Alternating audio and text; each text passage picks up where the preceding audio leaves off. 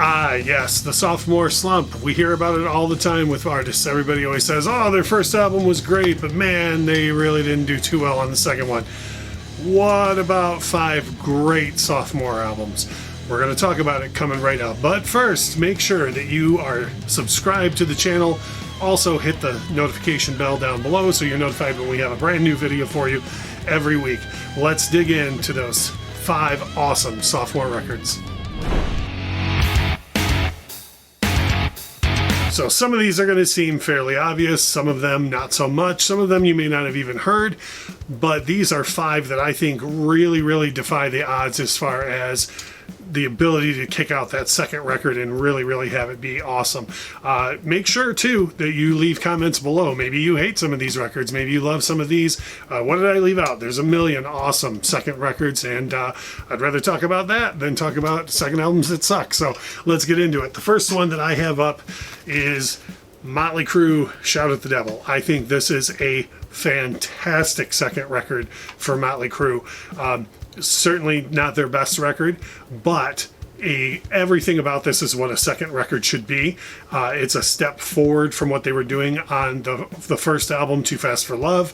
A lot of people really don't like the way more poppy direction that they went on the third album, Theater of Pain. So Shout at the Devil still has that raw edge to it that Too Fast for Love had, but it also has a couple of poppy things. As much of a rock song as Looks to Kill is, it's still a really good pop song as well, and stood shoulder to shoulder with a lot of stuff that was going on then.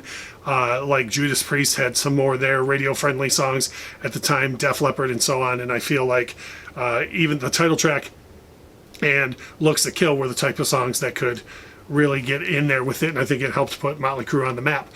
In addition to that, and I know some will probably think this is sacrilege, I think the cover of Helter Skelter on here is really good.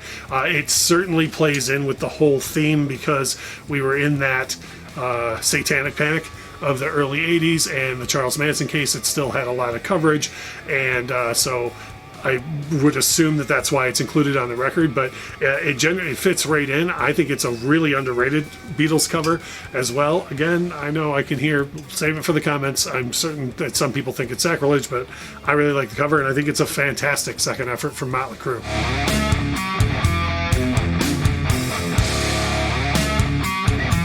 After that, we're going to skip ahead to the 90s and go to Oasis with their second record, What's the Story, Morning Glory. This is almost one of those that I almost didn't include because it's like, well, what's to say about this record that hasn't been said? Again, like Motley Crue, I think this record takes everything that Oasis did right on the first record and takes it ahead a couple of more steps.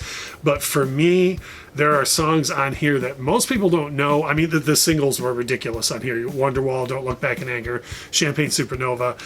If you're in the UK, some might say was a wonderful single from this. But you have songs like Cast No Shadow on here, which are stunningly good Oasis songs that, in my opinion, don't lean towards that Beatles-esque attitude that they got thrown at them, which is totally warranted. Songs like Don't Look Back in Anger sound like they're lifted from the Beatles catalog, and specifically Imagine. But a song like Cast No Shadow, which was written for Richard Ashcroft, fantastic Oasis ballad that really not a lot of people talk about. So I think that this is a more well-rounded record than their first album. And again, they made a lot of missteps on their third record, and arguably going forward, that they just didn't make here. They took everything they did right on the first album, pushed it forward a little bit, and really came up with one of the best sophomore records I think ever, certainly of the 90s.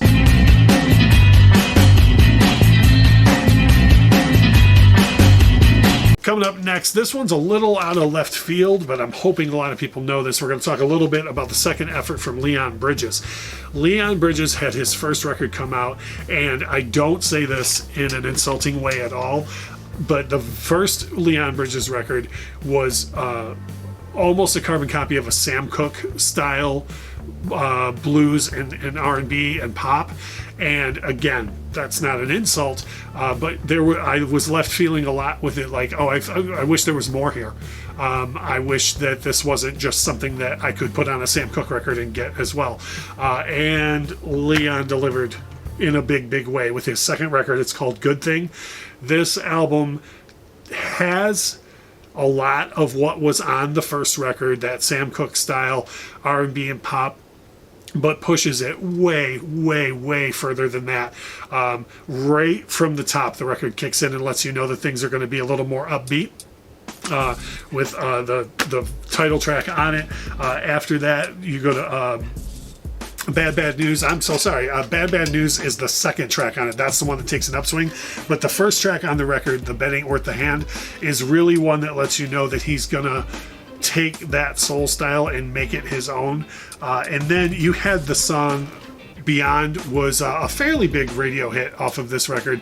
And in my opinion, if you're going to look for this record and say, hey, I really didn't give the second record a chance, you could listen to that song Beyond and get a better idea of what this album is about.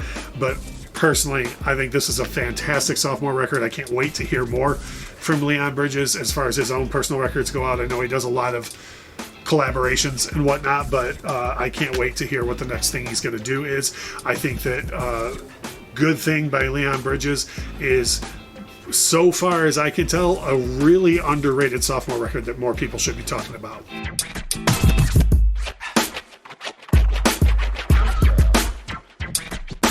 After that, I'm going to go to one that's kind of cheating, because this next artist definitely had a career in rock and roll prior to his own solo career, but I think that things really could have gone a different way for him on his first solo record, and for lightning to strike twice and be able to get that second record out and have it be in many ways as good as the first one. I think it was just a pretty awesome feat. And I do think the first record gets a lot more hype and love than this one, even though it was recorded nearly at exactly the same time with the same lineup. And that's Ozzy Osbourne's second record, Diary of a Madman. Now, again, the first record gets tons of love, and rightfully so. But nobody expected Ozzy to come out of the ridiculous mess that was Black Sabbath at that time, and for him to go on to be successful with that first solo record. So for me, I was expecting that you would go back and that would be a big, huge peak in Ozzy's career, and then maybe go down from there. But I think the second record, Diary of a Madman, is fantastic. It's also, unfortunately, the last studio recordings we got from Randy Rhoads, due to him passing away at such a young age in a terrible accident. But the songs that are on here are just killer, and many of which would go on to be staples in Ozzy's catalog for many years. Is stuff like Flying High Again and Believer you hear a lot about, but You Can't Kill Rock and Roll, Over the Mountain, all of side 2 on here, which culminates in the title track, Diary of a Madman. Just an absolutely fantastic album for me. And again, I know it's cheating because Ozzy had a whole career with Black Sabbath prior to going solo on this, but for me it counts in for many different reasons. Like I said, I think that there's many different ways this career could have gone wrong after he left Black Sabbath, so I count this as definitely as a not only a sophomore record, but a fantastic one on top of that.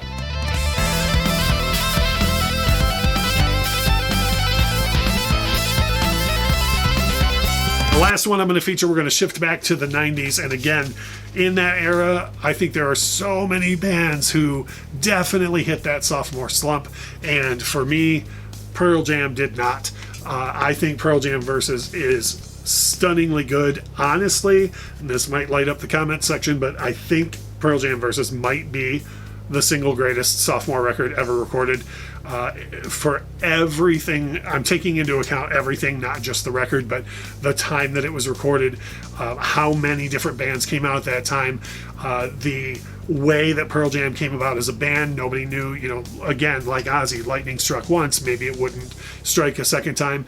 And just from the word go, no pun intended, on this, all the way through this album, Pearl Jam really shows that they were a force to be reckoned with, and they weren't afraid to go outside what they did on 10. They were not going to make just the same record again. They were going to really go outside that and bring a lot more to the table that would manifest itself time and again over the rest of their career. But I really think they did everything right as far as this goes. So Pearl Jam versus, for me, I didn't really want to rank these in any sort of order because they're so wildly different. But honestly, I think Pearl Jam versus might be my favorite sophomore record of all time. So having said that, if you're already subscribed to the channel, you've already hit that notifications bell, get involved in the comment section below. How do you feel about these sophomore records? Do you not count Ozzy's Diary of a Madman as a sophomore record? Are there other ones that you immediately think of that I didn't? Are you going to check out Leon Bridges? Let me know. Leave a comment below. We'd be more than happy to have a discussion. Thanks for watching.